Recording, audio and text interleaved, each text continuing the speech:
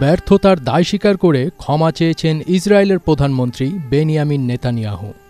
ফিলিস্তিনের স্বাধীনতাকামী সংগঠনের হাতে জিম্মি থাকা ৬ ইসরায়েলি নিহত হওয়ার ঘটনায় বিরল এমন দৃশ্যের দেখা মিলল।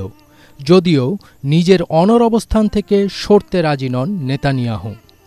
বিশেষ এক সংবাদ সম্মেলনে নেতানিয়াহু বলেন, আমার এবং দেশবাসীর হৃদয় ভেঙে টুকরো টুকরো হয়ে গেছে। তবে ফিলাডেলফিয়ার করিডরে সামরিক উপস্থিতি রাখার সিদ্ধান্ত থেকে সরে আসবেন না বলেও জানিয়েছেন তিনি।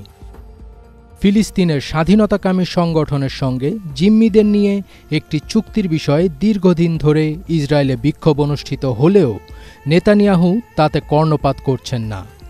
ওই জিম্মিদের খুব কাছে থেকে গুলি করে হত্যা করা হয়েছে বলে দাবি করেন নেতানিয়াহু।